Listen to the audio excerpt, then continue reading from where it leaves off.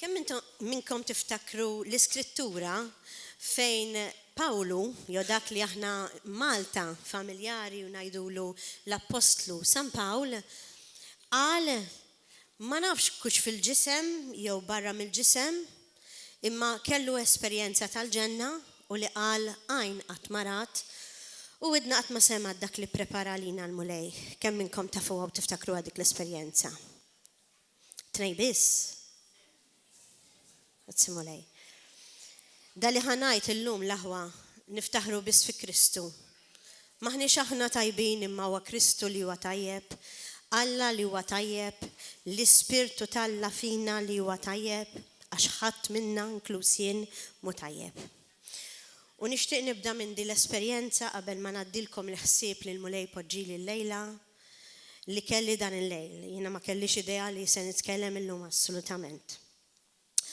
Pero dal-lejl kelli lejl sabiħ immens fejn kelli nafx nista' ngħidilha kiex ħolma jew esperjenza reali għalija li nafu għaliex xinqomt u sibt ruħi rġajt lura f'din id-dinja għamilt sija nibki bix-xokk li ħadd.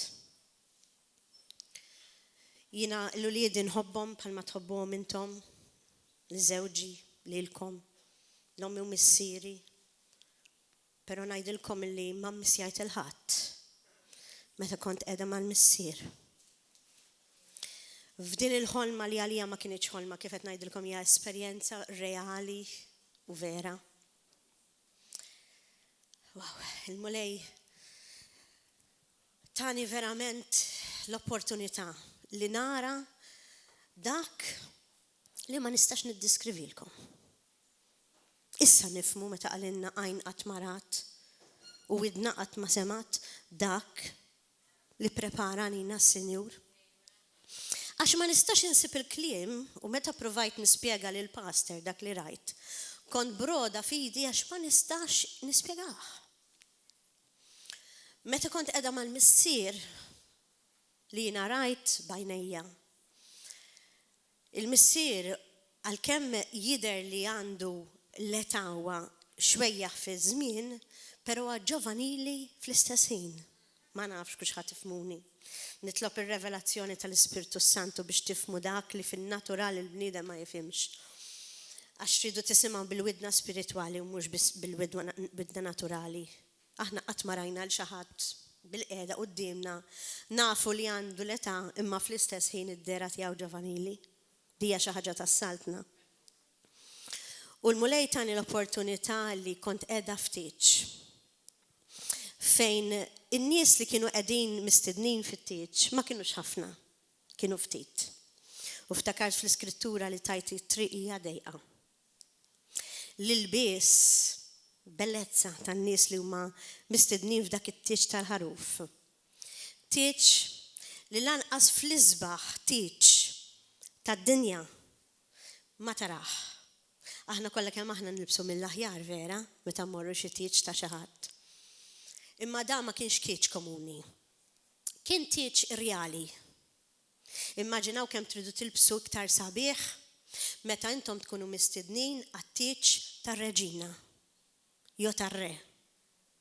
Aħseb wara meta tkunu mistednin għat-tieġ tar-re tar-rejiet. Kif trid tilbes? U kien kull min ma kienx liebes adattat ma kienx qiegħed fit-tieġ. U l-ilbies il-mulej jitjunna. B'dak li għamel Kristu fuq is-salib li aħna righteousness u anke x-xogħlijiet tagħna tal-qaddisin jidher fil-biesna bil-bies ilellex. Li tant ilellex li laqqas biss tista' tarah b'għajnejk bħax-xemx li tagħmex dak it-tip ta' bjuda. U l-esperjenza li kelli f'dan it-tieġ kienet tant sabiħa. Għax kont naf li l-aħwa li kelli ħdejja fit-tieġ, il-ftit li kont qed nara fu nara, kienu nies ta' mħabba veru. Kienu nies li jħobbuni ta' veru. Ma kienux nies ipokriti. Kienu nies kif qal il-pastor b'dik il-qalb pura tal-mulej Ġesu.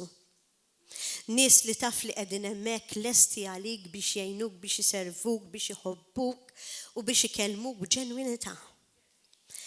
l-ġenna, għalkemm id-dera tagħha hija sabiħa l-aħwa, ovvja, qed nitkellem fuq il-ġenna. U kieku tajdu li xrajt bħala bini. Nista' ngħidilkom li l-bini mhux bini, għax il-bini huwa ħaj.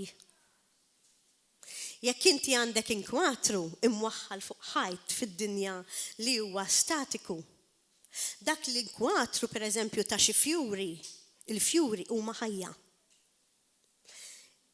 Il-binja, il-ħajt huwa ħaj. Għax m'hemm xejn li huwa mejjed fil-ġenna. Jekk għandek biċċa amara, din l-amara hija siġra ħajja. U waqt li kont qiegħda nesperjenza l-ġmiel ta' dak li ngħidulu tapit aħmar, meta jkollna normalment tiċ fin-natura, ħanispjegalkom ftit fit-tiċ naturali. Nagħmlula tapit aħmar lill-arusa. Imma dak li rajt jien bajnejja, tapit ma kienx biss aħmar mal-art, l-art kienet ta' deb. Imma t-tapit aħmar kienu ukoll mal-ħitan, ma kullum kien. Imma il-ġenna mhijiex sabiħa l-aħwax id-dera tagħha hija sabiħa li inti tajt xi ġmilaw, għax anke fid-dinja u postijiet li huma sbieħ. Imma l-ġenna is-sabiħ tagħha huwa l-istat spiritwali ta' ferħ li tesperjenza fil-preżenza tal-mulej. Li ma nixtieq l-ħadd minnkom, laqqas li l-nifsi, laqqas il-pastor u l-ħadd jitlifha. Għax li titlef dak istat ta' ferħ. Għax inti ikollok blokkiġi sas-salvazzjoni u l-aħħar darba kellimtkom fuq dak li jista' jiblokka s-salvazzjoni tagħna anke jekk nemmnu f'Kristu Ġesu, mhuwiex worth it. U issa fimt għaliex il-mulej ippermettili li l-ġimgħa l-oħra kelli ħolma tal-biża' u ħanarġa' niġi għal din li esperjenzajt dal-lejl. U l-mulej jgħidilna li jagħti lill-evanġelisti tiegħu l-esperjenzi sopranaturali għal skop ta' talim, da kollu mhux qiegħed f'moħħna. U meta kelli l-esperjenza ta' l-infern ġimgħa l-oħra, bdejt nisma' nies mixjin bil-ktajjen tagħhom u madnubiet, bdejt nara spirti koroħ, bdejt nisma' ħsejjes ta' għazna niddeskrivilkom naħin kollu ma jaqaf qatt u l-biża li jaqqas flaħt nitkellem. Illum nifhem għaliex il-mulej tani daqsxejn dik l-esperjenza biex nikkompara mal-ġmiel tal-ġenna. U waqt li kont qiegħda l-ġenna l-missier, grazzi mulej ftaħir fih u mhux fiha nnifsi, kien qiegħed jistennini. U kien qiegħed jistennini in the inner courts fil-ġennem ħafna postijiet, kif qalinna l-kelma talla. Imma wieħed mill-postijiet li jiena rajt bajnejja f'din il-ħolma anzi fl-esperjenza reali li kelli kienet li il-mulej, il-missier qed nitkellem issa, għandu iċ-chambers tiegħu, għandu il-kmamar tiegħu personali fejn in-nies tiegħu jistgħu jintaqgħu miegħu personali. U l-mulej tagħni l-grazzja illi kienet jistennini l-missier fl-inner courts f'dawn iċ-chambers bellezza li kienu jisek bħal meta tajt hemm it-tieġ fis-sala u s-sala rajta. Imma wara s-sala hemm dawk in-nies li qegħdin jippreparaw l-ikel. U rajt, niftakar rajt bar sabiħ kbir ta' ħafna xorb, mhux alkoholiku, dawwari ma' xorb tajjeb u bnin tal-mulej. Anka magħmul minn leneb, magħmul minn frut fresh tal-mulej. U kien qiegħed hemmhekk qed jistennini u kif tħalt kienet jistennini għall-esperjenza li laqqas fin-natural ta' ħsibijieti ma tiġini f'moħħi. Biex jiena nippreżentalu lill-uliedi spiritwali. Dawk li jinressaqt lejh. Uħud minnkom jista' jkun intom, uħud minnkom jista' jkun nies tad-dinja. Dawk li kienu uliedi. U nippreżentahomlu bħala uliedu. Kienet esperjenza li laqas biss nista' nispjegalkom the joy il-ferħ, no shame, ferħ kbir li qas nista' nispjegaħu. U meta spiċċat l-esperjenza li nurih minn huma wliedi fl-ispirtu anke rajt nies li qas biss nafhom u naf żgur li se jkunu wliedi fl-ispirtu. Il-mulej, il-missier, għannaqni għanqa kbira. Rajtni kif kont libsa, l-kulur li kont libsa kien viola. Kelli mant, grazzi il-mulej il-ellex, li huwa l-ħidmiet tal-poplu talla, to God be all the glory, ma niftaħrux fina nfusna. Mant viola irjali, għaliex aħna kif jgħidilna l-pasta ħafna drabi, aħna veru poplu irjali.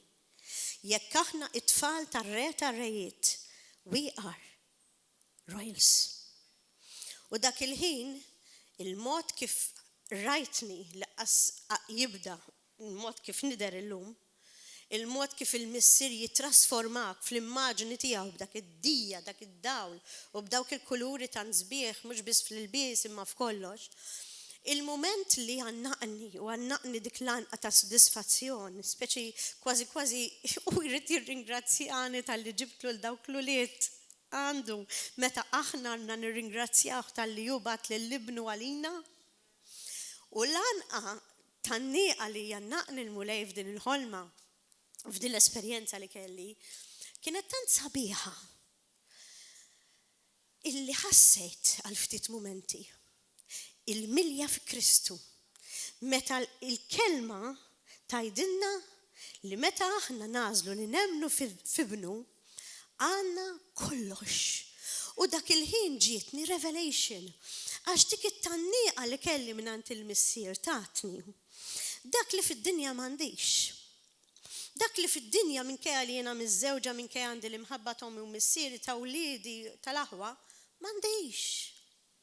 Għax dik l-imħabba li jiena tant nixtieq li kolli li ħafna drabi nsaqsi lil nifsi ma jiena minix realistika fil-mod kif qed nistenna lil ħadd ieħor iħobbni għaliex inħoss kultant dak il-vojt f'did-dinja. Iqisni minix maħbuba daqskemm nixtieq mingħand in-nies, mingħand l-aħwa. Dak il-ħin b'dik it-tannieqa tal-missier, it was fulfilled. Għaliex il-mulej huwa mħabba biss. U għalhekk il-mulej jgħidilna illi jekk intom tħobbuni, tħobbu lil xulxin. Għax m'għandux li f'imħabba. U tant ħassejtni kuntenta f'dak il-ħin ta' speċjalment dik it-tannieqa. L-moment li qomt u realizzajt li jarġajt ġejt lura f'din id-dinja kienet trauma għalija. Dal-għodu. Għaseb wara xi trauma jkollhom dawk il-nies li jkunu fl-abbissi tal-infern. Naf persuna li kellu 25 minutes in hell u qabel sena laqqas tkellem biex jgħid xra. Għalhekk qed ngħidilkom l-aħwa titilfuwiex l-esperjenza tal-ġenna li xi stat glorjuż u l-fer li jtina l-mulej ma jtina l-ħadd. U l-aħħar darba li tkellimt hawnhekk magħkom tiftakru li tkellimt fuq it-twelejt minn ġdid. U kellimtkom fuq l-importanza li naċċettaw il-Ġesu Kristu bħala s-sid tagħna. U tiftakar li għattilkom li hemm diversi blockages jaħasra li bniedem minħabba f'daw id-nubiet għalkemm ikun aċċetta l-Ġesu bħala s-sid ma jkunx jista' wara riċċalla u llum se nkompli fuq dawk il-blockages. Pero qabel ma nkompli fuq dawk il-blockages biex neliminawhom naturalment, għalhekk ħa nitkellem fuqhom. Fis-sitta ta' filgħodu saqsejt il-mulej u għatlu fuq xiex trid nkellimhom wara esperjenza bħal dik. U smajtu ċar, kristall, qisu xi ħadd someone is whispering in my ear. Kelma Maltija li jien ma nużajiex l-aħwa. Kellimhom fuq il-fruwa tad-dinja. Dak il-ħinat fruwa, eżatt fruwa x'inhi. U għalkemm naf nikteb imma ktibta ħażin. Għax meta mbagħad bdejt infittex fil-kelma tal-Alla fuq il-fruwa tad-dinja, rajta li kienet miktuba blajn. U l-ewwel musemmur ngħidilkom biex tmorru fil-kelma. Ħalli nibdew ftit skritturi f'dan it-20 minutes li għandi. Daqshekk biss ta' għandin. Ħanaddilkom ħsieb illum, qas ħanipriedka, se ngħaddilkom ħsieb. Biex intom tkunu żguri ma telfux il-preżenza tal-Alla u dik il-glorja u l-ferħ tal-mulej. għax għalhekk il-mulet jagħmel minn kollox fl-aħħar sa żminijiet biex ma jitlef il-ħadd. U nixtieqkom li intom tmorru. Ħanibda mulejja għajni biex nara fej l-aħjar li nibda. X'tant nixtieq ngħidilkom affarijiet. Morru f'Efesin 4. Vers 17 u ħanaqra parti minna. Efesin 4. Il-ħajja ġdida u l-ħajja il-qadima, dak huwa t-tajtil tagħha. Din iskrittura smajniha diversi drabi, ma f'isem Ġesu Kristu nitlobkom illi tkun revelazzjoni għal ħajjitkom u mhux ġesta smajniha ħafna drabi. Isimgħu l-Evanġelu tal-Alla. Jien dan ngħidilkom lilek, lili. U nwissikom quddiem il-mulej x'ħajwissina li ma ġibux iżjed ruħkom skont ma jġibu ruħhom il-pagani bil-bluwa ta' moħħhom. Għax il-fema tagħhom, vers 18 l-aħwa, hija mdalma fid-dlam. Maqtuwa mill-ħajja tal-Alla minħabba żewġ affarijiet. Isma'wa minħabba xi qed jgħidilna. Minħabba l-injoranza li għandkom u l-ebbusija ta' qalbkom. Mela hawnhekk qed naraw li l-mulet jgħidilna nuqqas tarfien jew kelma oħra għal injoranza mhix skuża quddiem Alla x'jien ma kontx naf, għax il-kelma tal-Alla qiegħda l-kulħadd. U minħabba l-ebbusija ta' qalbkom. Għaliex bdejt b'din l-iskrittura? Għaliex il-fruwa tal-ħajja li min ma jafx tfisser il-kelma fruwa x'anka jien kellim fit-tixha fid-dizzjonarju fil-Google, tinkludi il-materjaliżmu, flows, boats, djar, dak kollu li aħna naħdmu għalih biex ikonna. Tinkludi sessualità bl-amment, perverżjoni, ħmieġ, nisa, rġiel, etc. U tinkludi dak kollu li d-dinja tagħti li hu pagan. Dak huwa l-fruwa. U llum għalkemm bdejtilkom bdi biex inkunu żguri li ma jkollna l-ebda ignoranza u skuża quddiem Alla u ma jkollna l-ebda ras jibsa għax naħsbu li aħna qegħdin sewwa. Ser nibda billi nispjegalkom parti minn ħajja ta' Salamun. Issa naf li kemm il-darba ġieli pritkajtilkom fuq Salamun. Imma se ngħaddilkom minn section oħra ta' dak li għattilkom. Salamun kif tafu bħali huwa anzi fil-kelma tal-Alla turina li beda tajjeb u talab il-mulej l-erf. U il-mulej kien kuntent bih fil-bidu. Għax kien konsidrat wieħed mill-aktar nies orrif ta' żmienu. Però Salamun kien ukoll wieħed mill-aktar nies onja, sinjuri ta' żmienu. Jekk wieħed jidħol fir-riċerka tal-kelma tal-Alla jinduna li Salamun kellu ħafna djar, l-isbaħ djar tal-Libanu tajt il-kelma, minni qed nidħol ħafna ħin. Li djar tiegħu kienu mibnija tal-avorju. Avorju da snin li kellu 700 mara u 300 concubine, ġifieri da sess kellu kemm trid ma' persuni differenti. Il-kelma tal-Alla turina li dan peress li kien senjur ma kienx jaf seqbad jagħmel bihom il-flus. Beda jibni ġonna, siġar biex iħares lehom u jieħu pjaċir bihom u jara kemm għandu madwaru pajjiż sabiħ. U l-iskrittura turina wkoll li kien ħaddem miegħu mhux biss l-iskjavi uħud minnhom twildu fil-palazz tiegħu stess għax kienu l-uliet tal-iskjavi. Ara x'kellu miegħu u sefturi. Imma turina wkoll il-kelma tal-Alla illi Salamun kien persuna illi kien anka iħaddem miegħu u jħallas għax kien sinjurun. Nies li kienu jiġu jkantawlu għannejja biex u jieħu pjaċir u joqgħod hekk siq fuq siq, jixrob l-imbejt u jieħu pjaċir b'dak li hu qed iħallas għax kien għani. Però ħanaraw l-iktar bniedem għaref li jeżisti fid-dinja li talab il-mulej għall-erf. Kif spiċċa l-fruwa tal-ħajja, il-pjaċiri tal-ħajja u l-flus u l-għani li kien kollu ġabu fi xejn. U stess għala. U għalhekk irridu noqogħdu attenti li ma jiġrinniex bħal l-iktar bniedem għaref fid-dinja, dan bniedem li kien talla. Jiġifieri mhux qed nitkellem bniedem ta' triq. Morru, ħalli naqrawa l-iskrittura, ħalli ma taħsbux li qed ngħidilkom jiena minn żniedi fuq Salamun.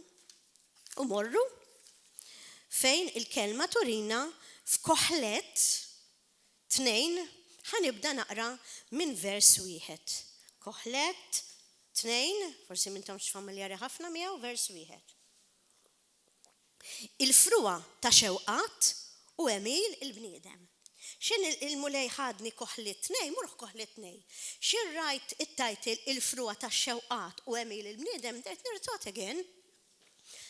Għax ma konċ naf li tajtek emmek f'Koħlet, ara kemm veru l-Ispiritu Talla li kellimnu għalli mura kellimhom fuq il-fruwa, beda joħodni fl-iskritturi eżatt fuq il-fruwa.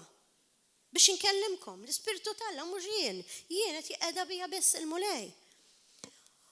U vers 1, mit-tieni kapitlu. Jgħidlek, dan huwa Salamun l-aħwa. Qed li lin-nifsi, he told himself, ejja mela, ħanipprovak blena u ndewqek ftit il-pjaċir.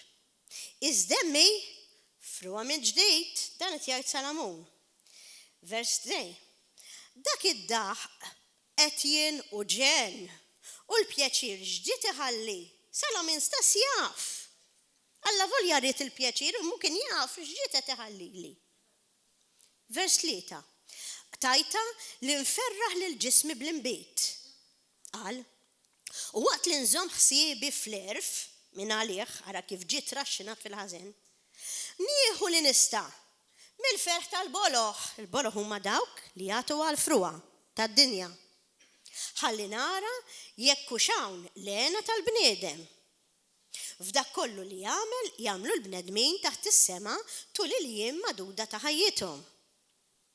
Vers 4. Tħalt għall-opri kbar, qal, bnejt għalija palazzi, kif qed ngħidilkom, mhux djar kellu palazzi.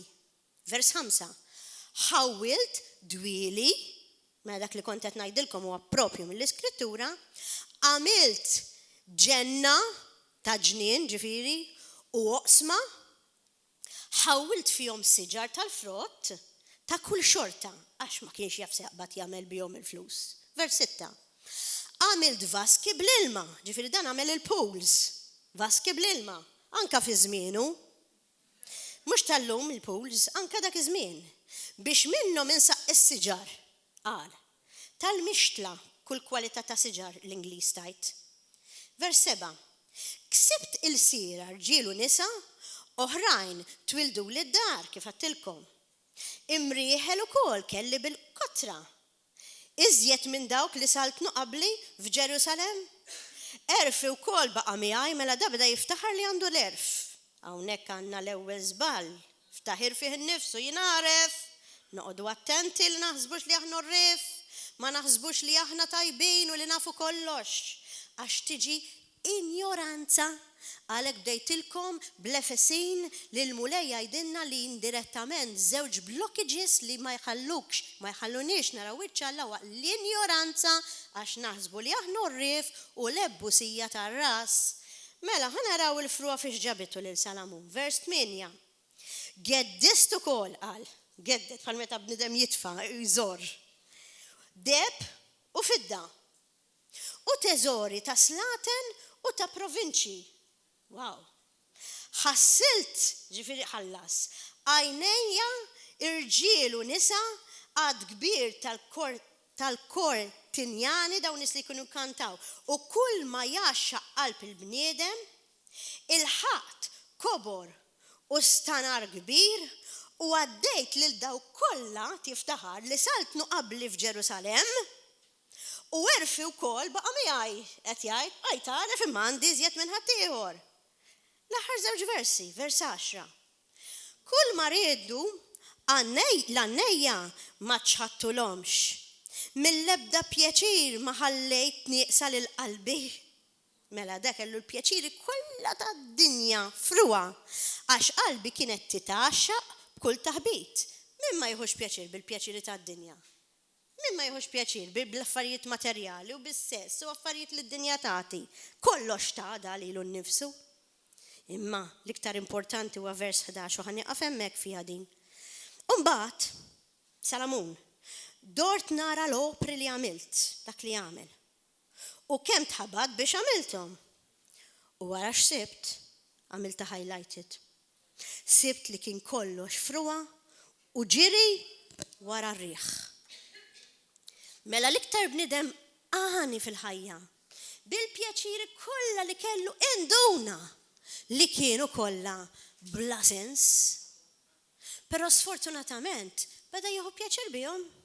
U żvija ħafna minn il-mulej beda jiftaħar brejxu b'dak li għamelu, bil-bini li għamel, berfu u n-nesa li l-erf li kellu fil-bidu tawlu l-mulej. U dawk huma uħut mill-iżbalji li għadna sallum il-ġurnata nagħmlu. Immaġina xib xi bennej jew kuntrattur li taġġ kemm għamel bini u kuntratti u flettijiet u jgħidlek jien għamil dan kollu u jgħidlek ara kemm kont kapaċi. U nesa li dik il-kapaċità li kellu ma kienx tiegħu imma l-erf kollu taħulu l-mulej. Għalhekk min ħajoħodha l-glorja? Jekk il-glorja ħatoħodha int, tafu x'in il-konsegwenza. Imma jekk il-glorja ta' kull talent u kull ħaġa li l-mulej tak joħodha l-mulej, ħeġ differenza. L-aħwa, ejja morru issa fi klim ta' Ġesu Kristu, għax sissa kellimkom fuq klim Salamon li sfortunatament żvija waħda sew bħal nista' d-dinja bil-fruwa bil-pjaċiri. Imma rridkom tmorru issa Mattew 12 minn vers 38 sa 42, mela bl-Ingliż Matthew 12 vers 38 sa vers 42. Mela, fi żmien ta' Kristu ħanibda naqra. Imbagħad xi wħud mill-kittieba u l-Fariżej qabdu u qalulu lil Ġesu issa, rajt l-aħwa. Mallem, xtaqna kieku naraw sinjal minn għandek? Vers 39. Iżda hu il-mulej x'wiġibhom? Sinjal iridu nisel ħażin u infidil, imma ebda sinjal ma jingħatalu ħlif dak tal-profeta Ġona. Ara kif interessanti il-mulej kif weġibhom. Mhux biss ma rix itihom sinjali għalkemm kien jagħmel il-mirakli, imma weġibhom li s-sinjal kien ċar diġà fil-profeta Ġona. Tafu minnu Ġona? Ġona kien dak li belatu l-ħuta, li kien mar Nineva u li kien żvija għax beża u minflok mar Nineva beda jibża u mar in-naħa l-oħra u għalhekk kellu konsegwenza u spiċċa fil-ħuta 3 ijiem. Kif semma l-Ġona l-mulej? Out of tant preachers u tant profeti. Għax kif Ġona għamet 3 ijiem qed jgħid il-mulej u 3 iljili f'żaq il-ħuta, hekk ukoll bini bniedem qed jagħmel 3 ijiem u 3 iljili fil-qalba tal-art. Nixtieqkom tmorru vers 41. Ħanamilha naqra underline. Nineva jew Ninwa kif tista' tgħid bil-Malti. Sewwa? Tafu li kienet il-post fejn Ġona kellu jmur, imma turina u hawn miktub hawnhekk araw. Aw minu aqwa minn Ġona, mela il-mulej Ġesu biex jagħtihom eżempju, biex jurihom li ma jridx assolutament jagħtihom sinjali għax is-sinjali jriduhom dawk li ma jemmnux biex jemmnu, kellimhom fuq il-profeta Ġona u qallhom kien hemm profeti aqwa minnu. Allura l-fejn semmih? Semmih biex narfu anke aħna li wara li mar Nineva għax fl-aħħar wasal għad-destinazzjoni tiegħu u n-nies kienu ħżiena u nidmu. Mela il-mulej batilhom profeta li kien daqsxejn beżżieħ u ma kienx daqshekk sod fil-mulej u nidmu. Aħseb wara jekk jibatilhom profeti qawwija fil-mulej, xarfin jistgħu jkollhom biex jarfu u jirrealizzaw li l-problema ta' fejn qiegħda fil-qalb tagħhom. Fil-qalb tal-bniedem. Għalhekk hawnhekk ktibt. X'rid jgħid il-mulej? Il-mulej irid jgħid li l-bniedem tilef l-iskop tal-ħajja, il-bniedem irid biss jara dak li jrid jgħid moħħu għax moħħhom huwa imdallam kif rajtilkom fl-ewwel skrittura fl-Efesin. Mela moħħna kif se jkun imdawwal minflok imdallam? Ma ninsewx. Żewġ skritturi oħra malajr li ftitu jurina li l-moħħ tal-bniedem smajna dil-ġimgħa minn Ant Johan ukoll li l-moħħ tal-bniedem huwa imħassar jekk taqraw il-litra ta' Titu, naraw li l-moħħ tal-bniedem huwa mħassar. U f'Efesin jurina wkoll illi l-moħħ tal-bniedem kollu vanità. Tafu x'inhi vanità? X'ħan ilbes, x'ħan nagħmel il-makeup, ħan nagħmel id-dwiefer, ħan isboħ xari, ħan ider sabiħ, il-fruwa tad-dinja. Mela dak it-tip ta' moħħ li l-ġisem naturali għandu bil-fors u m'għandniex għażla, f'isem Ġesu Kristu jekk aħna mwildin mill-ġdid, irid jiġi mġedded kif jgħidilna l-Ispirtu talla minn jum għal jum biex nixbħu aktar il-Kristu, ħalli nagħmlu dak li l-mulej jrid. U ħanaraw x'irid il-mulej. Ħanarġgħu immorru fl-iskrittura ta' Efesin li bdejtilkom biha għax waqiftilkom nofsa. Jien għattilkom li minħabba l-injoranza u l-ebbusija tal-qalb, mhux hekk għattilkom, inkunu bħal pagani. Immissa l-mulej qed jafżana u qed jgħidilna ħankompli Efesin 4 minn vers 19. Okay? Mela, ħajkellimna fuq dawn in-nies ta' rashom ibsa u li huma ignoranti. Nistgħu ninkludu anke Salamun għax kien ignorant li ta' alfruha. U jgħidilna hekk. Huma u jista' jkun uħud minna tilfu kull sentiment u ntelqu għal ħajja bla rażan għalhekk il-fruha għal kull xorta ta' zina bla xeba. Għadna naraw għallum dejn iż-żina bla xeba minn poġġut ma' dik u mal-oħra, minn telaq ir-raġel, minn telaq il-mara, jagħmel li jrid ma' tfajliet għax iħossek u għax jrid jiżvoga. Immintom, vers 20, intom aħwa li kien qegħdin hawnhekk qudiemi. Ara x'irid il-mulej minnkom. Immintom qed jgħidilna l-mulej. Mhux hekk tallimtu fi Kristu. Jekk intom smajtu u intom smajtu u tallimtu skont il-verità li hi fi Kristu. Jiġifieri li għandkom twarbu l-ħajja tagħkom ta' qabel u tinżaw il-bniedem il-qadim imħassar bix-xewqat tal-pjaċiri qarrieqa għax il-fruwa tqarqek kif qarqet il-Salamun u li għandkom tiġġeddu b'tibdila spiritwali tal-fema tagħkom u tilbsu, bdejtilkom bl-ilbies fil-ħolma llum, il-bniedem il-ġdid maħluq skont Alla fil-ġustizzja u fil-qdusija tiegħu. Dan huwa l-parir tal-mulej illum. Il-mulej qed jgħidulna twebsux qalbkom iżjed. Il-mulej qed jgħidilna tibqgħux ignoranti għax in-nies tiegħu il-mulej jridhom bravi. Iridhom ikunu wise, iridhom ikunu rrif, bħalma xtaq anke lil Salamun ikun għaref, għalhekk taħlerf, però mbagħad Salamun ta' għal ġismu u żvija. U aħna rridu nsaqsu lil nfusna. X'irridu nagħmlu? Nibqgħu marbutin ma' Kristu bl-erf tiegħu u nibqgħu mixjin fit-triq id-dejqa li twassal għal-ġenna u għal dak il-żbuħija ta' feħ tal-missier. Jew inkella rridu nagħmlu bħal Salamun li suppost kien għaref u nħallu l-pjaċiri tad-dinja jelbuna. L-aħwa, malajr ma ngħidilkom 4 punti ta' blockages aktar, nagħmel talba u nagħlaq. Għax m'hemmx għalfejn nagħmel eloġu. Ma l-importanti li tkunu fimtu kien tieġ reali. Immaġinaw kemm tridu tilbsu iktar sabiħ meta intom tkunu mistednin għat-tieġ tar-reġina jew tar-re. Aħseb wara meta tkunu mistednin għat-tieġ tar-re tar-rejiet. Kif trid tilbes. U kien kull min ma kienx libes adattat ma kienx qiegħed fit-tieġ. U l-ilbies il-mulej jitjunna. B'dak li għamel Kristu fuq is-salib li aħna righteousness. U anke x-xogħlijiet tagħna tal-qaddisin jidher fil-biesna bil-bies il-ellex. Li tant il-ellex li laqqas biss tista' tarah b'għajnejk bħax-xemx li tagħmex dak it-tip ta' bjuda. U l-esperjenza li kelli f'dan it-tieġ kienet tant sabiħa. Għax kont naf li l-aħwa li kelli ħdejja fit-tieġ, il-ftit li kont qed nara fu nara, kienu nies ta' mħabba veru. Kienu nies li jħobbuni ta' veru. Ma kienux nies ipokriti. Kienu nies kif qal il-pastor b'dik il-qalb pura tal-mulej Ġesu. Nies li taf li qegħdin hemmhekk lesti għalik biex jgħinuk, biex iservuk, biex iħobbuk u biex ikellmuk b'ġenwinità.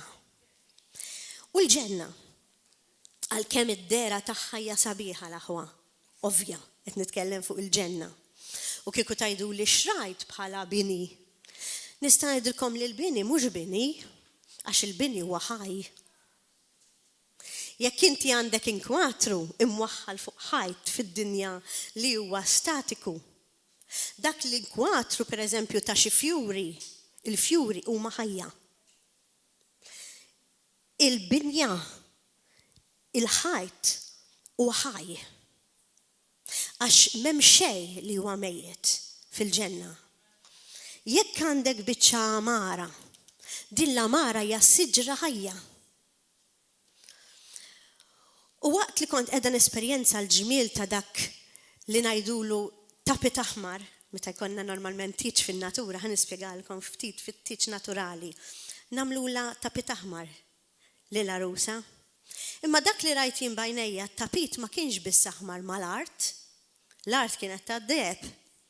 Imma t-tapit aħmar kienu ukoll mal-ħitan, ma kullum kien. Imma il-ġenna mhijiex sabiħa l-aħwax id-dera tagħha hija sabiħa li inti tajt xi ġmilaw, għax anke fid-dinja u postijiet li huma sbieħ. Imma l-ġenna is-sabiħ tagħha huwa l-istat spiritwali ta' ferħ li tesperjenza fil-preżenza tal-mulej. Li ma nixtieq l-ħadd minnkom, laqqas li l-nifsi, laqqas il-pastor u l-ħadd jitlifha. Għax li titlef dak istat ta' ferħ. Għax inti ikollok blokkiġi sas-salvazzjoni u l-aħħar darba kellimtkom fuq dak li jista' jiblokka s-salvazzjoni tagħna anke jekk nemmnu f'Kristu Ġesu, mhuwiex worth it. U issa fimt għaliex il-mulej ippermettili li l-ġimgħa l-oħra kelli ħolma tal-biża' u ħanarġa' niġi għal din li esperjenzajt dal-lejl. Il-mulej jgħidilna li jagħti lill-evanġelisti tiegħu l-esperjenzi sopranaturali għal skop ta' talim, da kollu mhux qiegħed f'moħħna. U meta kelli l-esperjenza ta' l-infern ġimgħa l-oħra, bdejt nisma' nies mixjin bil-ktajjen tagħhom u madnubiet, bdejt nara spirti koroħ, bdejt nisma' ħsejjes ta' għazna niddeskrivilkom naħin kollu ma jaqaf qatt u l-biża li jaqqas flaħt nitkellem. Illum nifhem għaliex il-mulej tani daqsxejn dik l-esperjenza biex nikkompara mal-ġmiel tal-ġenna. U waqt li kont qiegħda l-ġenna l-missier, grazzi mulej ftaħir fih u mhux fiha nnifsi, kien qiegħed jistennini. U kien qiegħed jistennini in the inner courts fil-ġennem ħafna postijiet, kif qalinna l-kelma talla.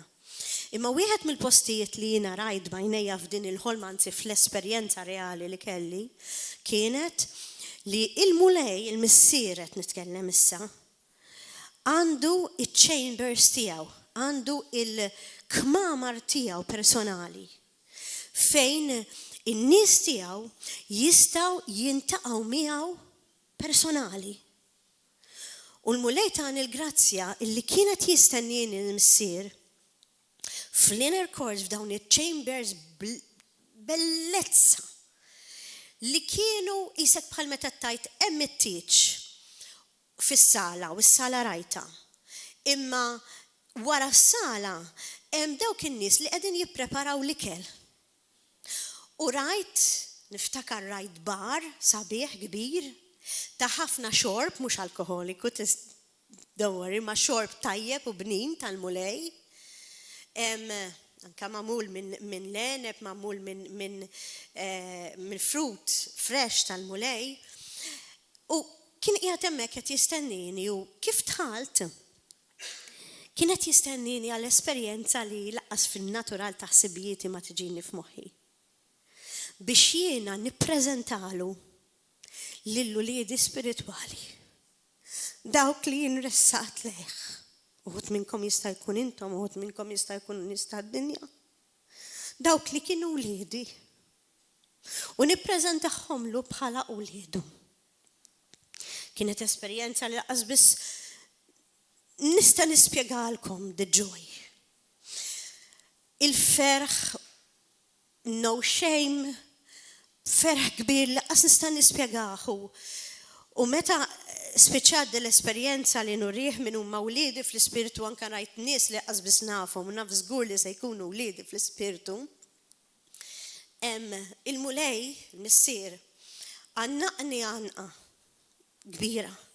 Rajtni kif kont libsa, l-kulur li kont libsa kien viola. Kelli mant, grazzi il-mulej il-ellex, li huwa l-ħidmiet tal-poplu talla, to God be all the glory, ma niftaħrux fina nfusna. Mant viola irjali, għaliex aħna kif jgħidilna l-pasta ħafna drabi, aħna veru poplu irjali. Jekk aħna it-tfal tar-re tar-rejiet, we are royals. U dak il-ħin, il-mod kif rajtni laqas jibda, il-mod kif nider illum, il-mod kif il-missier jitrasformak fl-immaġni tiegħu b'dak id-dija, dak id-dawl u b'dawk il-kuluri tan sbieħ mhux biss fl-ilbies imma f'kollox.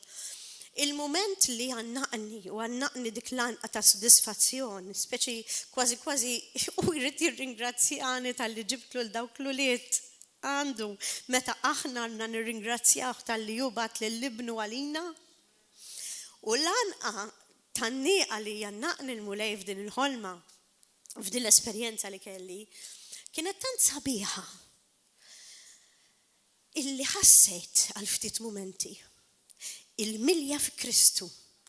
Meta il-kelma tajdinna li meta aħna nażlu li nemnu fibnu, għanna kollox. U dak il-ħin ġietni revelation. Għax dik it-tannieqa li kelli minant il-missier tatni. Dak li fid-dinja m'għandix. Dak li fid-dinja minkejja li jiena miż-żewġa minkejja għandi l-imħabba tommi u missieri ta' wliedi tal-aħwa, m'għandix. Għax dik li mħabba li jina tant nixtieq li kolli li ħafna drabi nsaqsi lil-nifsi ma jiena minix realistika fil-mod kif qed nistenna lil ħadd ieħor iħobbni għaliex inħoss kultant dak il-vojt f'did-dinja. Iqisni minix maħbuba daqskemm nixtieq minant in-nies, minant l-aħwa. Dak il-ħin b'dik it-tannieqa tal-missier it was fulfilled. Għaliex il-mulej u għamħabba biss. U għalhekk il-mulej jgħidilna illi jekk intom tħobbuni, tħobbu lil xulxin. Għax m'għandux li fimħabba. U tant ħassejtni kuntenta f'dak il-ħin ta' speċjalment dik it-tannieqa. Li l-moment li qomt u realizzajt li arġajt ġejt lura f'din id-dinja kienet trauma għalija. Dal-għodu. Għaseb wara xi trauma jkollhom dawk il-nies li jkunu fl-abbissi tal-infern. Naf persuna li kellu 25 minutes in hell u qabel sena laqqas tkellem biex jgħid xra. Għalhekk qed ngħidulkom l-aħwa titilfuwiex l-esperjenza tal-ġenna li xi stat glorjuż u l-fer li jtina l-mulej ma jtina l-ħadd. U l-aħħar darba li tkellimt hawnhekk magħkom tiftakru li tkellimt fuq it-twelejt mill-ġdid. U kellimtkom fuq l-importanza li naċċettaw il-Ġesu Kristu bħala s-sid tagħna. U tiftakar li għattilkom li hemm diversi blockages jaħasra li bniedem minħabba f'daw id-nubiet għalkemm ikun aċċetta l-Ġesu bħala s-sid ma jkunx jista' wara riċċalla u llum se nkompli fuq dawk il-blockages. Però qabel ma nkompli fuq dawk il-blockages biex neliminawhom naturalment għalhekk ħa nitkellem fuqhom. Fis-sitta ta' filgħodu saqsejt il-mulej u għatlu fuq xiex trid nkellimhom wara esperjenza bħal dik. U smajtu ċar, kristall, jisu xi ħadd someone is whispering in my ear. Kelma Maltija li jien ma nużajiex l-aħwa.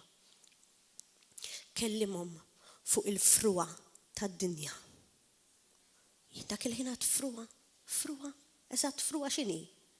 U għalkemm naf nikteb imma ktib ta' ħażin. Għax meta mbagħad bdejt infittex fil-kelma tal-Alla fuq il-fruqa tad-dinja, rajta li kienet miktuba blajn. U l-ewwel musemmur ngħidilkom biex tmorru fil-kelma. Ħalli nibdew ftit skritturi f'dan it-20 minutes li għandi. Daqshekk biss ta' għandin. Ħanaddilkom ħsieb illum, qas ħanipritka, se ngħaddilkom ħsieb. Biex intom tkunu żguri ma tilfux il-preżenza tal-Alla u dik il-glorja u l-ferħ tal-mulej. Għax għalhekk il-mulej jagħmel minn kollox fl-aħħar sa żminijiet biex ma jitlef il-ħadd. U nixtieqkom li intom tmorru. Ħanibda mulej għajni biex nara fej l-aħjar li nibda. X'tant nixtieq ngħidilkom affarijiet. Morru f'Efesin 4. Vers 17 u ħanaqra parti minna. Efesin 4. Il-ħajja ġdida u l-ħajja il-qadima, dak huwa t-tajtil tagħha. Din iskrittura smajniha diversi drabi, ma f'isem Ġesu Kristu nitlobkom illi tkun revelazzjoni għal ħajjitkom u mhux ġesta smajniha ħafna drabi. Isimgħu l-Evanġelu tal-Alla. Jien dan ngħidilkom lilek, lili. U nwissikom quddiem il-mulej x'ħajwissina li ma ġġibux iżjed ruħkom skont ma jġibu ruħhom il-pagani bil-bluwa ta' moħħhom. Għax il-fema tagħhom, vers 18 l-aħwa, hija mdalma fid-dlam. Maqtuwa mill-ħajja tal-Alla minħabba żewġ affarijiet. Isma'u minħabba xi qed jgħidilna. Minħabba l-injoranza li għandkom u l-ebbusija ta' qalbkom. Mela hawnhekk qed naraw li l-mulet jgħidilna nuqqas tarfien jew kelma oħra għal injoranza mhix skuża quddiem Alla x'jien ma kontx naf għax il-kelma tal-Alla qiegħda l-kulħadd. U minħabba l-ebbusija ta' qalbkom. Għaliex bdejt b'din l-iskrittura? Għaliex il-fruwa tal-ħajja li minn ma jafx tfisser il-kelma fruwa x'anka jien kelli nfittixha fid-dizzjonarju fil-Google, tinkludi il-materjaliżmu, flows, boats, djar, dak kollu li aħna naħdmu għalih biex ikonna. Tinkludi sessualità bl-amment, perverżjoni, ħmieġ, nisa, rġiel, etc. U tinkludi dak kollu li d-dinja tagħti li hu pagan. Dak huwa l-fruwa. U llum għalkemm bdejtilkom bdi biex inkunu żguri li ma jkollna l-ebda ignoranza u skuża quddiem Alla u ma jkollna l-ebda ras jibsa għax naħsbu li aħna qegħdin sewwa. Ser nibda billi nispjegalkom parti minn ħajja ta' Salamun. Issa naf li kemm il-darba ġieli pritkajtilkom fuq Salamun. Imma se ngħaddilkom minn section oħra ta' dak li għattilkom. Salamun kif tafu bħali huwa anzi fil-kelma tal-Alla turina li beda tajjeb u talab il-mulej l-erf. U il-mulej kien kuntent bih fil-bidu. Għax kien konsidrat wieħed mill-aktar nies orrif ta' żmienu. Però Salamun kien ukoll wieħed mill-aktar nies onja, sinjuri ta' żmienu. Jekk wieħed jidħol fir-riċerka tal-kelma tal-Alla jinduna li Salamun kellu ħafna djar, l-isbaħ djar tal-Libanu tajt il-kelma, minn qed nidħol ħafna ħin. Li djar tiegħu kienu mibnija tal-avorju. Avorju da snin. Li kellu 700 mara u 300 konkubajn, ġifieri da sess kellu kemm trid ma' persuni differenti. Il-kelma tal-Alla turina li dan peress li kien senjur ma kienx jaf seqbad jagħmel bihom il-flus. Beda jibni ġonna, siġar, biex iħares lehom u jieħu pjaċir bihom u jara kemm għandu madwaru pajjiż sabiħ. U l-iskrittura turina wkoll li kien ħaddem miegħu mhux biss l-iskjavi, uħud minnhom twildu fil-palazz tiegħu stess għax kienu l-uliet tal-iskjavi. Għarax kellu miegħu u sefturi. Imma turina wkoll il-kelma tal-Alla illi Salamun kien persuna illi kien anka iħaddem miegħu u jħallas għax kien sinjurun. Nies li kienu jiġu jkantawru għannejja biex hu jieħu pjaċir u joqgħod hekk siq fuq siq, jixrob l-imbejt u jieħu pjaċir b'dak li hu qed iħallas għax kien għani. Però ħanaraw l-iktar bniedem għaref li jeżisti fid-dinja li talab il-mulej għall-erf. Kif spiċċa l-fruwa tal-ħajja, il-pjaċiri tal-ħajja u l-flus u l-għani li kien kollu ġabu fi xej. U stess għala, u għalhekk irridu noqogħdu attenti li ma jiġrinniex bħal iktar bniedem għaref fid-dinja, dan bniedem li kien Alla. Jiġifieri mhux qed nitkellem bniedem ta' triq. Morru, ħalli naqrawha l-iskrittura, ħalli ma taħsbux li qed ngħidilkom jiena minn żniedi fuq Salamun.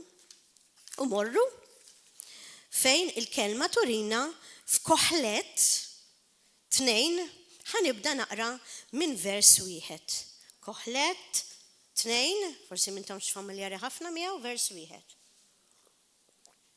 Il-fruwa ta' xewqat u emil il-bniedem. Xin il-mulej ħadni Koħlet 2, murħ Koħlet 2. Xin rajt it-tajtil il-fruwa ta' xewqat u emil il-bniedem, dert nirtot again.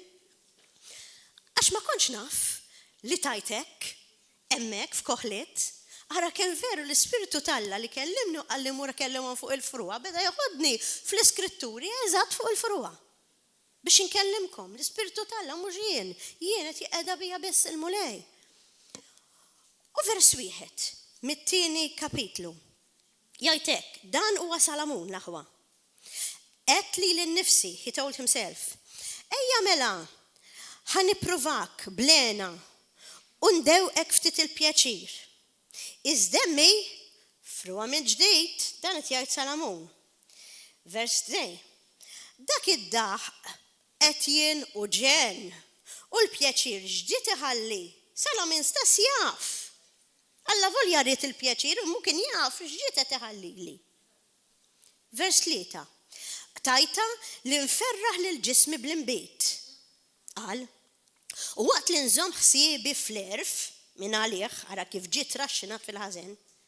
Nieħu li nista' mill-ferħ tal-boloħ. Il-boloħ huma dawk li jagħtu għall-fruwa tad-dinja.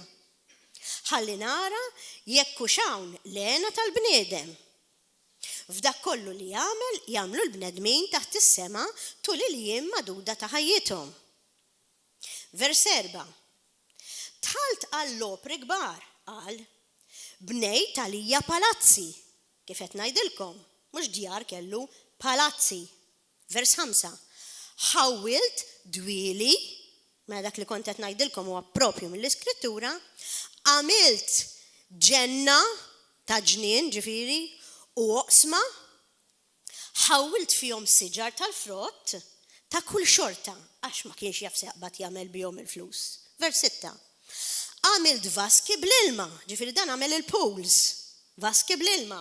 Anka fi żmienu, mhux tal-lum il-pools, anka dak iż-żmien, biex minnhom insaq is-siġar, qal, tal-mixtla kull kwalità ta' siġar l-Ingliż tajt. Vers 7. Ksibt il-sira rġiel u nisa, oħrajn twildu lid-dar kif għattilkom. Imrieħel ukoll kelli bil-kotra. Iżjed minn dawk li saltnu qabli f'Ġerusalem. Erfi wkoll baqa' miegħi mela da beda jiftaħar li għandu l-erf. Hawnhekk għandna l-ewwel żball, ftaħir fih innifsu jinaref, noqogħdu attenti li naħsbux li aħna rrif, ma naħsbux li aħna tajbin u li nafu kollox, għax tiġi injoranza. Għalhekk bdejtilkom bl-Efesin li l-mulej jgħidilna li indirettament żewġ blockages li ma jħallunix naraw wiċċ Alla waqt l-injoranza għax naħsbu li aħna rrif u l-ebbusija tar-ras. Mela ħanaraw il-fruwa fiex ġabitu lil Salamun. Vers 8. Geddist ukoll qal, geddet bħal meta bniedem jitfa' jżor. Deb u fidda. U teżori ta' slaten u ta' provinċi. Wow. Ħassilt, ġifieri ħallas, għajnejja irġiel u nisa għad kbir tal-kor tinjani dawn nies li jkunu kantaw. U kull ma jaxxa qalb il-bniedem, il-ħadd kobor u stanar kbir u għaddejt lil daw kollha tiftaħar li saltnu qabli f'Ġerusalem. U erfi wkoll baqa' miegħi qed jgħid aj taref imma għandi iżjed minn ħadd ieħor. L-aħħar żewġ versi, vers 10. Kull ma riedu l-għannejja ma ċħattulhomx. Mill-ebda pjaċir ma ħallejt nieqsa lil qalbi. Mela dak kellu l-pjaċiri kollha tad-dinja fruwa għax qalbi kienet titaxxaq b'kull taħbit. Min ma jħux pjaċir bil-pjaċiri tad-dinja? Min ma jħoċ pjaċir bil-affarijiet materjali u bis-sess u affarijiet li d-dinja tagħti. Kollox ta' li l-nifsu. Imma l-iktar importanti huwa vers 11 u ħaniqaf hemmhekk fiha din. Imbagħad Salamun, dort nara l-opri li għamilt, dak li għamel. U kemm tħabad biex għamilthom. U wara x'sibt, għamilta highlighted. Sibt li kien kollox fruwa u ġiri wara r-riħ. Mela l-iktar bnidem għani fil-ħajja, bil-pjaċiri kollha li kellu induna li kienu kollha bla sens. Però sfortunatament beda jieħu pjaċir bihom u żvija ħafna mingħand il-mulej għax beda jiftaħar brejxu b'dak li għamelu, bil-bini li għamel, berfu u n-nesa li l-erf li kellu fil-bidu tawlu l-mulej. U dawk huma uħut mill-iżbalji li għadna sallum il-ġurnata nagħmlu. Immaġina sib xi bennej jew kuntrattur li taġ kemm għamel bini u kuntratti u flettijiet u jgħidlek jien għamil dan kollu u jgħidlek ara kemm kont kapaċi. U nesa li dik il-kapaċità li kellu ma kienx tiegħu imma l-erf kollu taħullu l-mulej. Għalhekk min ħajoħodha l-glorja? Jekk il-glorja ħatoħodha int, tafu x'in il-konsegwenza. Imma il-glorja ta' kull talent u kull ħaġa li l-mulej tak joħodha l-mulej, ħeġ differenza. L-aħwa, ejja morru issa fi klim ta' Ġesu Kristu, għax sissa kellimkom fuq klim Salamun li sfortunatament żvija waħda sew bħal nies tad-dinja bil-fruwa bil-pjaċiri.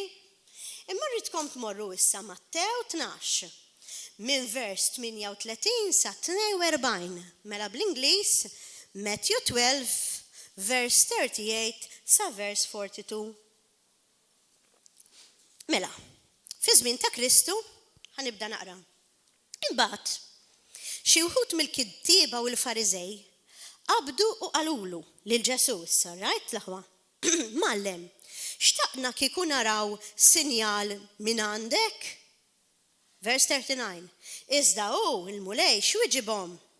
Sinjal iridu, nisel ħażin u infidil, imma ebda sinjal ma jingħatalu ħlif dak tal-profeta Ġona. Ara kif interessanti il-mulej kif weġibhom. Mhux biss ma rix itihom sinjali għalkemm kien jagħmel il-mirakli, imma weġibhom li s-sinjal kien ċar diġà fil-profeta Ġona. Tafu minnu Ġona? Ġona kien dak li belatu l-ħuta, li kien mar Nineva u li kien żvija għax beża u minflok mar Nineva beda jibża u mar in-naħa l-oħra u għalhekk kellu konsegwenza u spiċċa fil-ħuta 3 ijiem. Kif semma l-Ġona l-mulej? Out of tant preachers u tant profeti.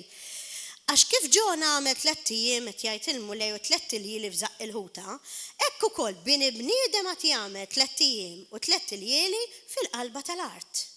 Nixtieqkom tmorru vers 41. Ħanamilha naqra underline. Nineva jew Ninwa kif tista' tgħid bil-Malti.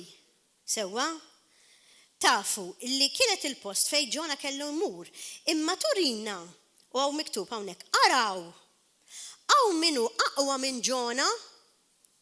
Mela il-mulej Ġesu biex jagħtihom eżempju, biex jurihom li ma jridx assolutament jagħtihom sinjali għax is-sinjali jriduhom dawk li ma jemmnux biex jemmnu. Kellimhom fuq il-profeta Ġona u qallhom kien hemm profeti aqwa minnu. Allura l-fejn semmih? Semmih biex narfu anke aħna li wara li mar Nineva għax fl-aħħar wasal għad-destinazzjoni tiegħu u n-nies kienu ħżiena u nidmu. Mela il-mulej batilhom profeta li kien daqsxejn beżżieħ u ma kienx daqshekk sod fil-mulej u nidmu.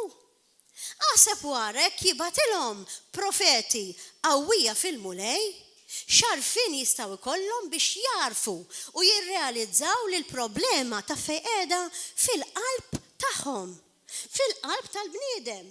Għalhekk hawnhekk ktibt, x'rid jgħid il-mulej? Il-mulej irid jgħid li l-bniedem tilef l-iskop tal-ħajja, il-bniedem irid biss jara dak li jrid jgħid moħħu għax moħħhom huwa imdallam kif rajtilkom fl-ewwel skrittura fl-Efesin. Mela moħħna, kif se jkun imdawwal minflok imdallam? Ma ninsewx Żewġ skritturi oħra malajr li ftitu jurina li l-moħħ tal-bniedem smajna dil-ġimgħa minn Johann ukoll li l-moħħ tal-bniedem huwa imħassar. Jekk taqraw il-littra ta' Titu, naraw li l-moħħ tal-bniedem huwa mħassar. U f'Efesin jurina wkoll illi l-moħħ tal-bniedem kollu vanità. Tafu x'inhi vanità? X'ħan ilbes, x'ħan nagħmel il-makeup, ħan nagħmel id-dwiefer, ħan isboħ xari, ħan idher sabiħ, il-frua tad-dinja. Mela dak it-tip ta' moħħ li l-ġisem naturali għandu bil-fors u m'għandniex għażla, f'isem Ġesu Kristu jekk aħna mwildin mill-ġdid irid jiġi mġedded kif jgħidilna l-Ispirtu talla minn jum għal jum biex nixbħu aktar il-Kristu ħalli nagħmlu dak li l-mulej jrid. U ħanaraw x'irid il-mulej. Ħanarġgħu immorru fl-iskrittura ta' Efesin li bdejtilkom biha għax waqiftilkom nofsa. Jien għattilkom li minħabba l-injoranza u l-ebbusija tal-qalb, mhux hekk għattilkom, inkunu bħal pagani. Immissa l-mulej qed jafżana u qed jgħidilna ħankompli Efesin 4 minn vers 19. Okay? Mela, ħajkellimna fuq dawn in-nies ta' rashom ibsa u li huma ignoranti. Nistgħu ninkludu anke Salamun għax kien ignorant li ta' għalfruha. U jgħidilna hekk. Huma u jista' jkun uħud minna. Tilfu kull sentiment. U ntelqu għal ħajja bla rażan għalhekk il-fruha. Għal kull xorta ta' zina bla xeba. Għadna naraw għallum dejn iż-zina bla xeba minn poġġut ma' dik u mal-oħra, minn telaq ir-raġel, minn telaq il-mara, jagħmel li jrid ma' tfajliet għax iħossek u għax jrid jiżvoga. Immintom, vers 20, intom aħwa li kien qegħdin hawnhekk qudiemi. Ara x'irid il-mulej minnkom. Immintom qed jgħidilna l-mulej. Mhux hekk tallimtu fi Kristu.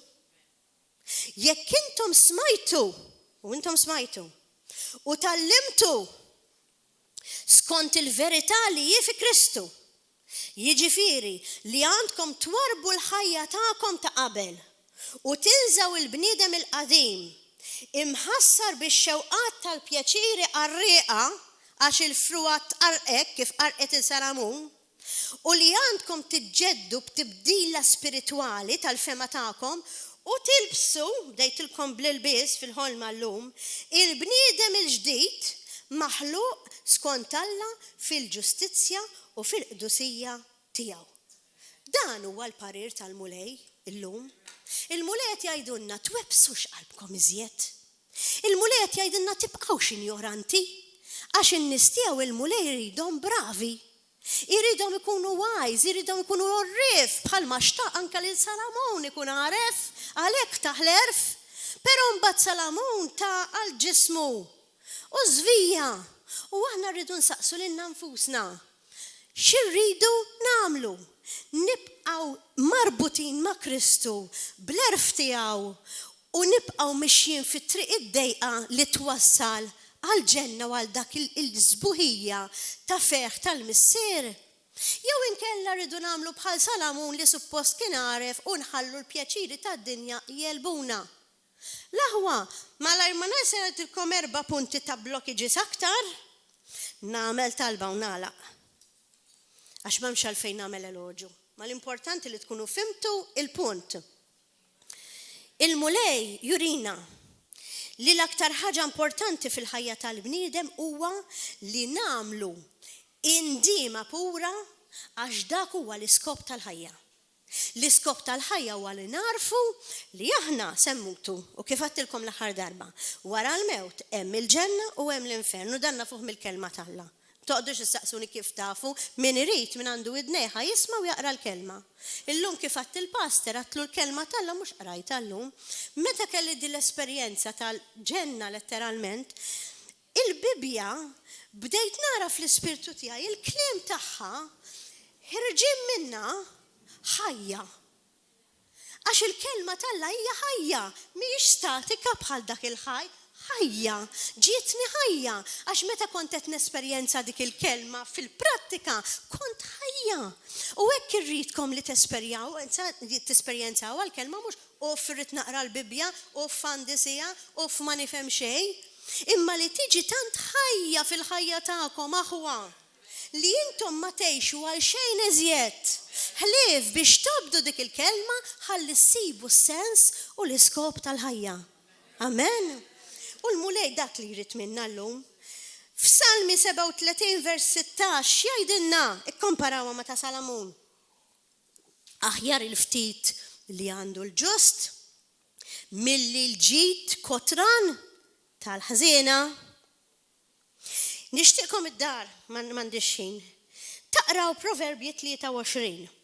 Għax Proverbji 23 mod partikolari 4-5 jurina kif m'għandniex nixxenqu għal dak li jidher il-ellex fid-dinja jista' jkun l-ikel.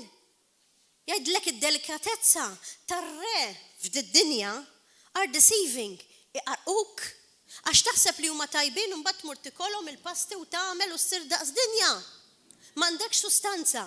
U fil-fatt nies bħal Daniel biex rebħu għall-gwerra tagħhom spiritwali billi għall-ikel li r-re li kellu kien jiekol.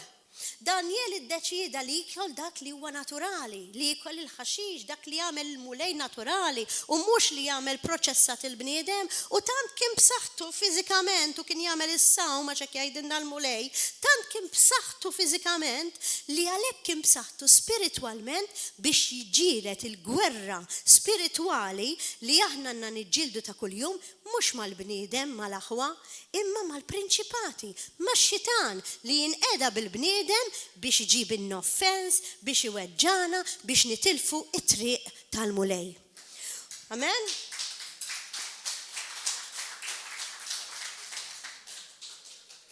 Ħammur, disissa ftit minuti. Ħammur l-aħwa għal dak li tkellem again San Pawl jew Pawlu. Pawlu tkellem ukoll fuq il-qawwa l-aħwa. Pawlu ma tkellimx fuq il-qawwa li l-bniedem ikollu għax jibni, għax jagħmel pajjiż, sewwa għax għandu l-bini anka barra minn Malta u dak taf kemmu sinjuru smajna bih. Tkellem fuq il-power. Imma ma tkellemx fuq il-qawwa tal-bniedem, imma tkellem fuq il-qawwa sopranaturali ta' Kristu.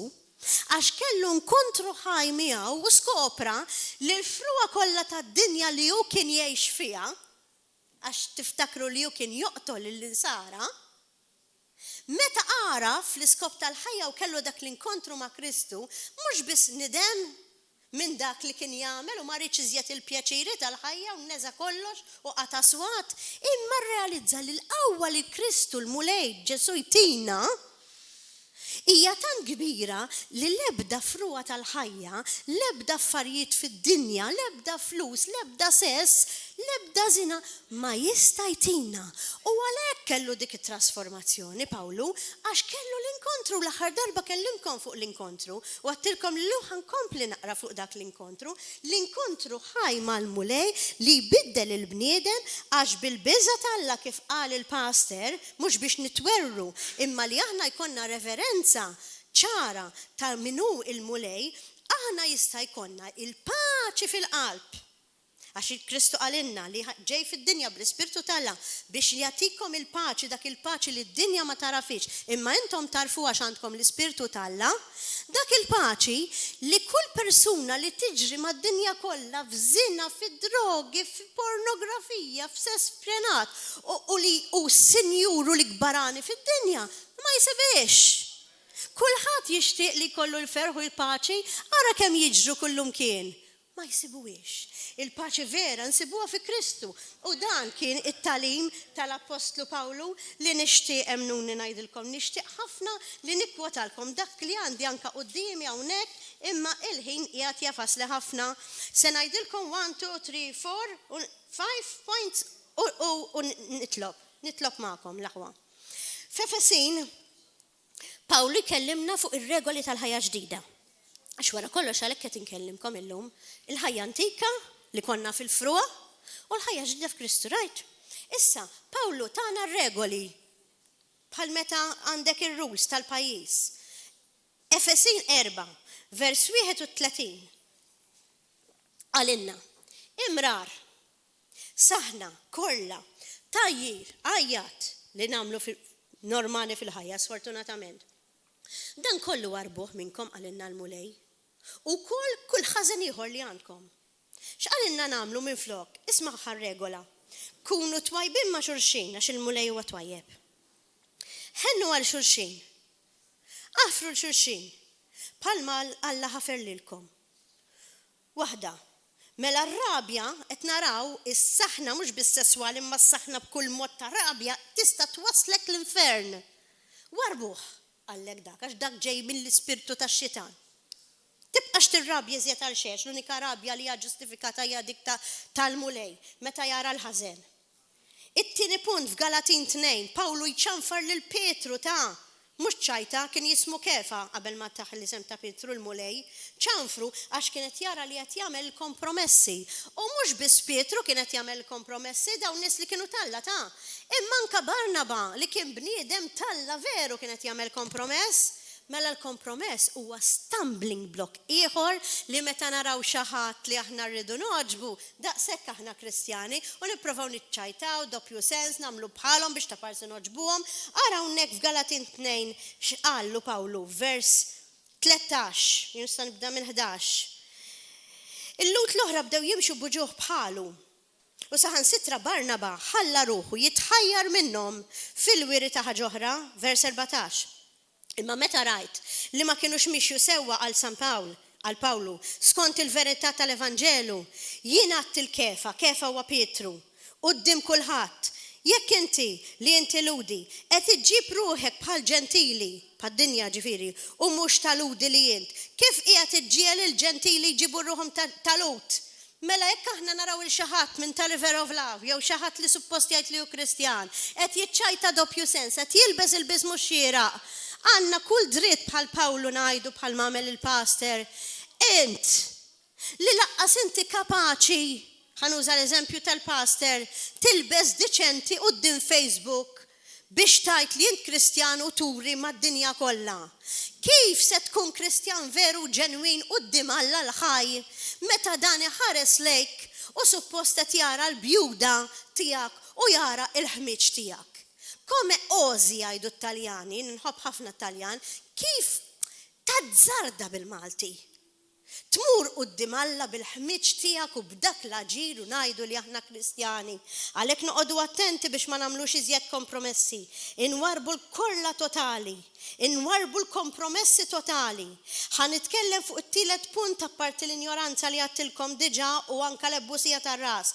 Il-blockages, il-ġudizzju li nagħmlu fuq ħadd ieħor għax narawhom mill-lajn tagħna, Galatin 6 vers 1 jgħid ħuti. Jekk xi ħadd jinqabad f'xi ħtija aħna kollha nidimbu, kollha nagħmlu dnubiet. Ara kif qalilna widbuhom. Intom li intom spiritwali, li innet jgħid. Widbuh bi spiritu ta' ħlewwa. Oqgħodu attenti li ma tkunux intom stess li qed iġġarbu l-ispirtu tal-Alla. Għalhekk ma nistgħux nagħmluha ta' judges. Mela min jiġġudika jiġi ġġudikat. U r-raba' punt. Li tixtieq xi ħaġa tant tista' tkun xi ħaġa tajba ta' tista' tkun tarbija li forsi ma setax ikollok u tant tixtieqha li tagħmel kull forma ta' dnub basta ġiba. Storja żgħira malajr, koppja. Kristjani suppost pruvaw jagħmlu minn kollox biex ikollhom it-tfal l-aħwa. U għal xejn għamlu l-IVF minn kollox għal xejn.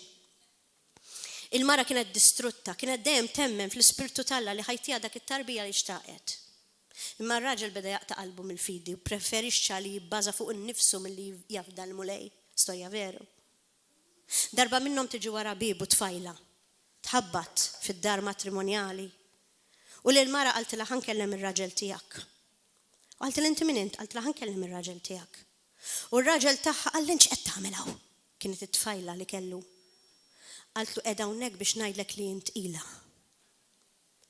X'insema li jitqila da x'għamel? Tajġ kemm feraħ. Għax l-unika ħaġa li kellu li kienet nieqsa f'ħajtu għax kien sinjur, kienet li jkollu tarbija. U preferixxa jibdel il-mara jagħmel il-ħażen biex ikollu dik it-tarbija. U ħares lejn martu u qalla jiddispjaċini mara. illum ħanitilqek Alla li xjiena xtaqt ħafna li kolli wilt u int ma tistax ittihuli. Telaq mid-dar u għex ma din it-tfajla sakemm kellu t-tarbija u meta rada dit-tarbija kemm feraħ u qalbasta tfifa Alla u mhux Alla jiena milta ara dit-tarbija tiegħi ħadula d-dem, ħadula d-DNA, għadda żmien u da tarbija kien kuntent biha. Sa fl-aħħar jiġi t-tabib għax it-tarbija kellha bżonn xi dem u ħadet id-dem ta' dan il-missier u t-tabib qallu jiddispjaċini ngħidlek li t-tarbija mhix tiegħek għax għamel id-DNA test. U ħares lejn it-tfajla li kellu Alla x'jiġifieri? Iva qaltlu għaliex jiena kont mort ma' ħaddieħor, qaltlu dal ħaddieħor ma rridx jaf bija, qaltlu kont naf li inti tant tixtieq tarbija, qaltlu ġejt ngħidlek li tiegħek, it-tarbija mhijiex tiegħek. Dak iġġennen, telaqa, sapruħu waħdu, id-dispra, u waqt li kien qiegħed fit-triq jimxi jintaqa' mal-mara tiegħu taż-żwieġ. U qed jara ma' persuna oħra hand in hand kienet diġà iżżewġet il-mara tiegħu wara li għadda żmien. U l-mara tiegħu selmitlu tqila u ppreżentatu lir-raġel tagħha.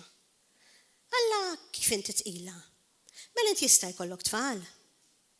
Qaltlu dispjaċini narfek, qaltu li laqqas il-ħaq tiżżewwixtu lil dar raġel li l-ewwel darba li provajna naqbad qilha. Mela l-problema ma kienx Alla li ma semax, imma kien li ma setax ikollu tfal. U għalhekk aħna ma rridux naqtaw qalbna u ngħidu l-mulej mhux qed jismana, għax jekk nibqgħu fid-ferma l-mulej tina desires of our heart. Għalhekk irridu nifdaw f'Alla u mhux nafdaw fil-bniedem, mela x'inhi kienet il-blockage? Il-blockage huwa meta aħna rridu xi ħaġa tant bil-forza li nippreferu nagħmlu dnub u ngerfxu u ma nobdux l-Alla biex nieħduha. U mbagħad jitħaq bik ladu, ħallik waħdek u jgħidlek ċaw ċaw. Mhux bħal mulej li jgħidilna ma nabbandunakom u nħallikom qatt. Basta tafdaw fija. L-aħwa bħala konklużjoni. Nixtieq magħkom illum nagħmel it-talba ta' Daniel. Però qabel nixtieq ngħidilkom ħaġa, b'dispjaċir ngħid.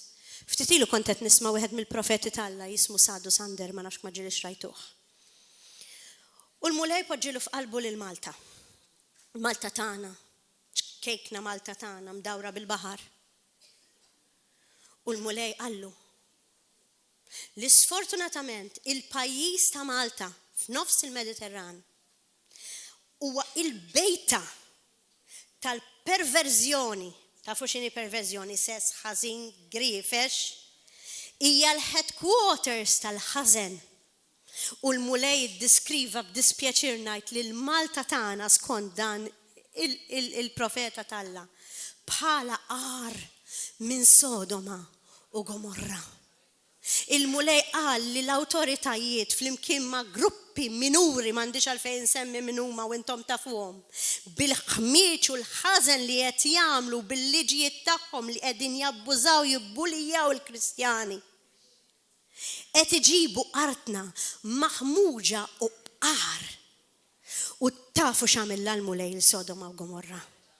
Tafu li ħaraqa, però tafu wkoll il-mulej qabel qabad lil poplu tiegħu ħadilhom l-anġli għafżhom li se jsir dik il-ħerba x'il-mulej mhux se jagħmel ħerba ma' kulħadd. U jalla l-mulej sibna.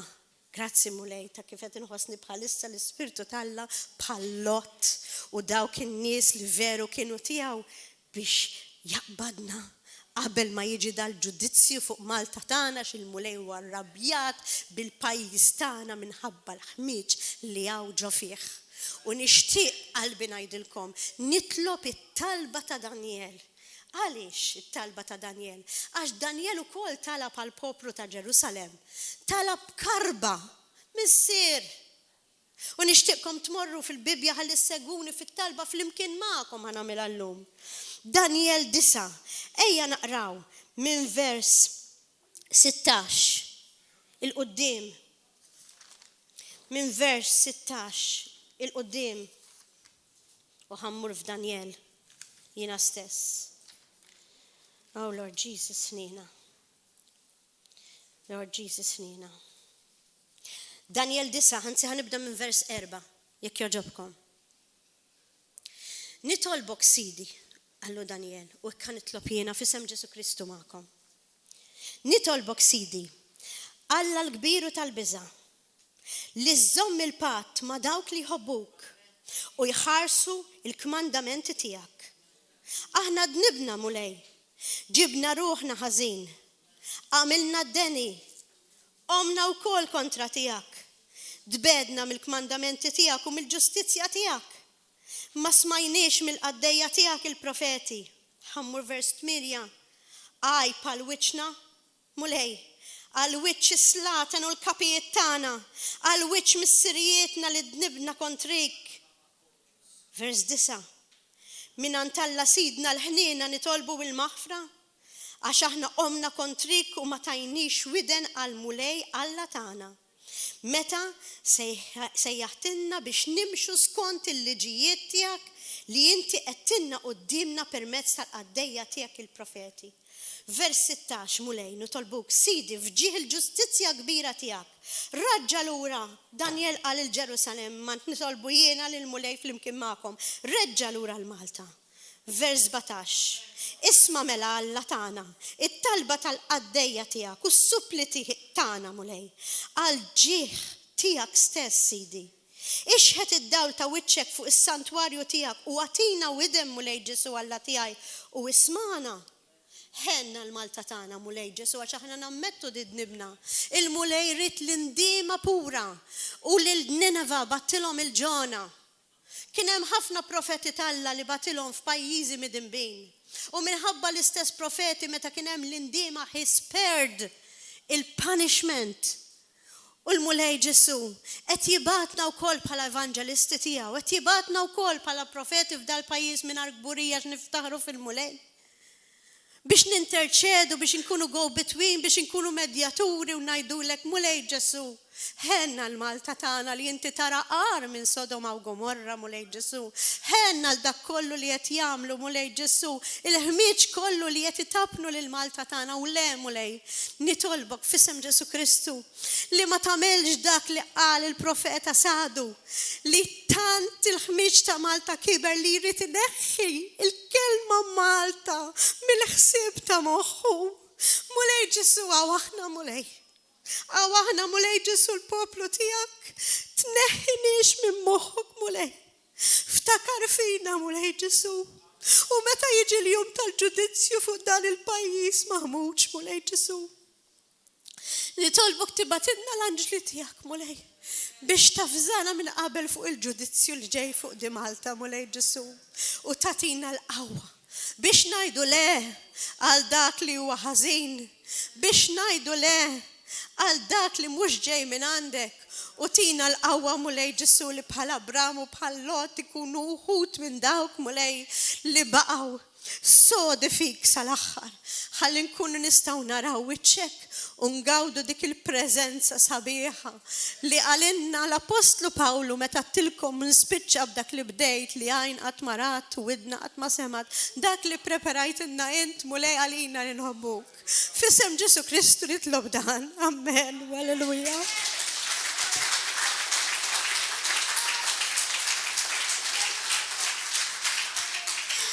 Grazzi missier tal-li tajtni din il-kelma l-lum li laqas biss konna naf li se ngħaddiha. Imma l-Ispirtu tiegħek huwa tant qawwi mulej Ġesu li inti tatina l-kelma mhux meta aħna rridu meta int poġġijinna. U jekk hawn xi ħadd li hu ġdid, pastor ma nafx hawn xi nies li huma ġodda. U forsi dil-kelma kienet tibsa likom mulej. Il-mulej jgħidilna li jekk ma npoġġux is-sit tagħna u nemmnu fih Ġesu bħala bin Alla l-ħaj ma nistgħux naraw wiċċu. U jekk inti tixtieq tkun ftit mir-remnant, mill-fdalijiet, mill-frak li l-mulej għalinna li se jsalvaw ftit kien hemm ma titx l-aħwa. Nistiednek li inti wkoll tgħid it-talba mill-qalb. Anke min qed jismana fuq il-YouTube jista' jġeddet jekk forsi għamilta. Jew l-ewwel darba tgħidlu mulej Ġesu, nitlob il-ġodda b'mod partikolari u l-oħrajn iġedduha. Mulej Ġesu, jiena l-kelma tiegħek smajta. Mulej Ġesu jiena nemmen li inti bin Alla l-ħaj. Nemmen mulej Ġesu li l-passjoni ħarxa tiegħek. Inti ħatta mulej għalija personali biex turini l-bib tal-ġenna. Mulej Ġesu, min issa l-qoddim nixtieq li nagħmlek sidi. Oh Lord Jesus, nitolbok li taħfir li dnubieti. Importanti ma naħlux dil-biċċa l-aħwa. Smajnija l-kelma, ħfru li xulxin. Bħal ma naħfer li l-minu ħati għalija. U b'dak l-istess meġer li jiena naħfer il-min weġġani. Ikun l-istess meġer li l-mulej jaħfer l-inna. U d-dibal l-ħaj. Grazie mulej.